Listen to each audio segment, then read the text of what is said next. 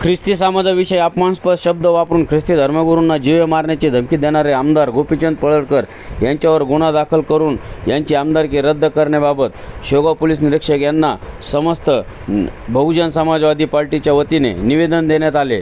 संवाददाता युसुफ शेख, न्यूज 18 अहमदनगर दर्पण। महाराष्ट्रातलं सामाजिक सलोख्याचं वातावरण बिघडवण्याचं काम तथाकथित पुढारी आणि जातीवादी पुढारी करत आहेत।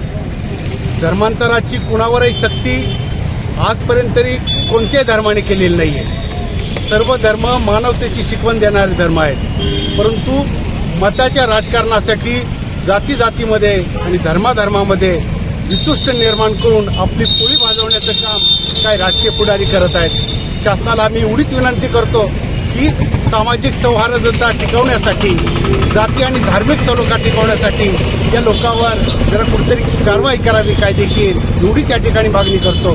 ख्रिश्चन धर्म असो किंवा इतर कोणताही धर्म असो, शांततेच्या मार्गानं मार्गक्रमण करणारा धर्म आहे। कुणावरही जबरदस्ती जोर जुलूम करणारा धर्म नाही, एवढी बाब या पुढाऱ्यांनी वक्त्यांनी घेणं अत्यंत महत्त्वाचं आहे, एवढी त्यांना आम्ही विनंती।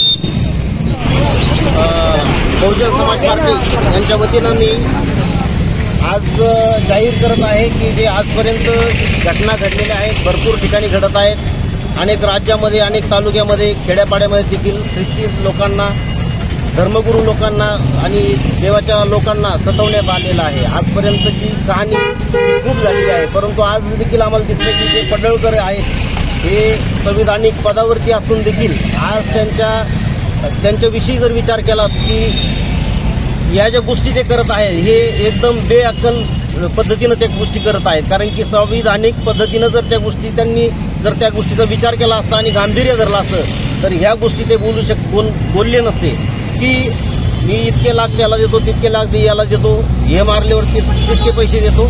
या गोष्टी त्यांनी बोलायची गरज नाहीये आणि या गोष्टी जर तो बोलत आहे तर तो संविधानिक व्यक्ती नाही, तो संविधानाचा विरोधी असा आहे असं आम्ही समजतो।